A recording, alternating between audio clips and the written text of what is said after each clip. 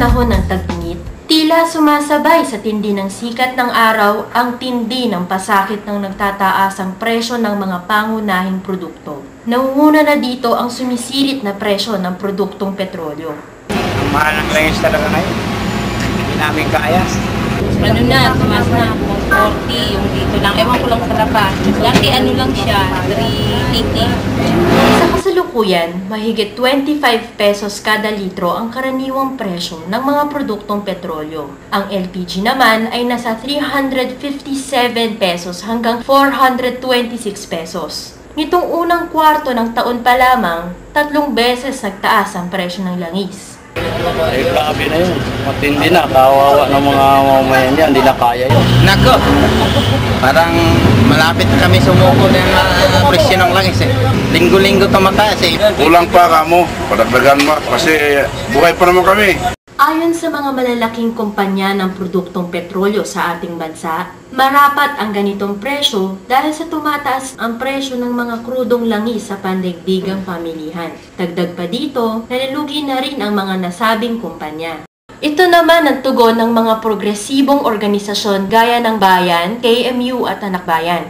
Kailanman ay hindi dumanas ng pagkalugi ang multinasyonal na nagmamay-ari ng kumpanya ng langis sa Pilipinas. Sa katunayan, tumataas pa ang kita ng mga ito sa bawat taon.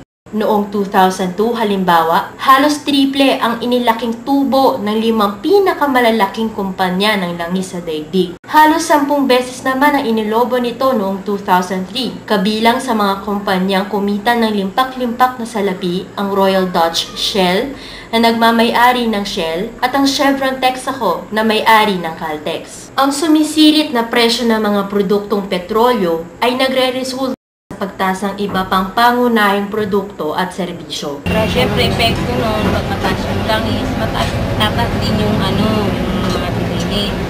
Kasi parang yan eh, wala karugtong ngayon. Tumas yung langis, tataas lang, hindi lang yung bilihin. Pati yung pamasahe, gastusin, lahat. Ngunit tila hindi pa sapat ang hagupit ng presyo ng langis at iba pang pangunahing bilihin. Kamakailan lang ipinasa ng mga kinatawan sa Kongreso ang panukala sa dagdag na Value Added Tax o VAT. Itinaas mula 10% tungo 12% ang sinisingil na VAT. Sinasabi ng pamahalang Arroyo na mamamayan ang makikinabang sa pagtaas ng VAT. Ang tatamaan lang nito ay ang mga mayayaman gaya ng mga negosyante. Subalit saklaw ng VAT ang lahat ng batayang produkto maliban sa hilaw na produktong pagkain. Narito ang ilan sa mga produktong tatamaan ng dagdag na VAT sa mga susunod na araw. Tataas din ang singil sa mga pangunahing serbisyo gaya ng telekomunikasyon. Sinasabi ng pamahalang Arroyo na barya-barya lamang di umano ang itataas ng mga presyo. Ngunit sa inisyal na pagtataya sa Kongreso, madadagdagan ng 256 pesos kada buwan ang gastusin ng isang pamilya dulot sa pagtaas ng VAT. Habang patuloy na tumataas ang presyo ng mga bilihin, patuloy din ang kawalang kasiguraduhan ng pagtaas ng kita ng karaniwang Pilipino.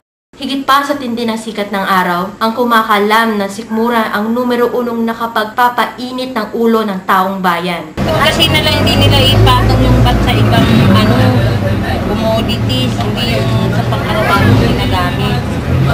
Dapat hindi nila yung idadagdag na. Dahil kawawa ang tao. Mahirapan ang bumili. Yan nga pinagtaka ko eh.